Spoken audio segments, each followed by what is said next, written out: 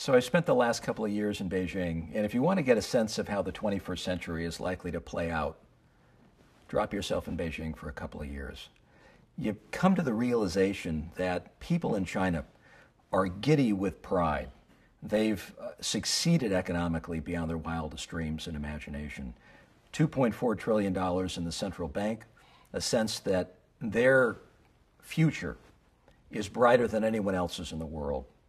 And from 10,000 miles away, whether you're walking the streets of Beijing or Shanghai or Guangzhou, you feel this sense of pride that people have in their economic growth and trajectory. And all the while, you reflect back on the United States of America, my country. And you get the very distinct impression that we are in a deep funk. We are dispirited, we are without hope, we're without direction and leadership, we're without a plan. Yet here is the greatest country in the world, in a very un-American position, traditionally, that of sensing that maybe the future won't be ours. Maybe second place is okay. These aren't traditional American thoughts. We've always been able to own our future. We've always been able to lead the way for the rest of the world. And I'm convinced that the 21st century is ours if we want it badly enough.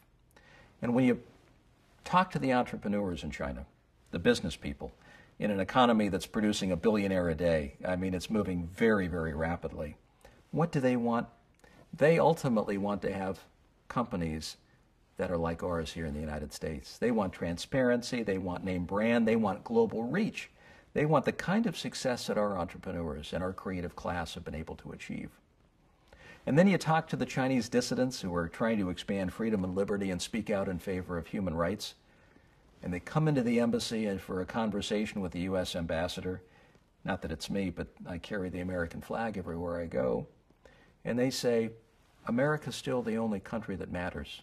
You're still the only country that inspires the rest of us. The only country left in the world that stands up for expanded liberty and freedom. Our last refuge of hope is what they say. So you're sitting 10,000 miles away, you're saying the entrepreneurs want to be like us. And the dissidents and the freedom fighters are inspired by the American way of life and our principles. And you're saying, we've got to give ourselves a swift kick in the fanny.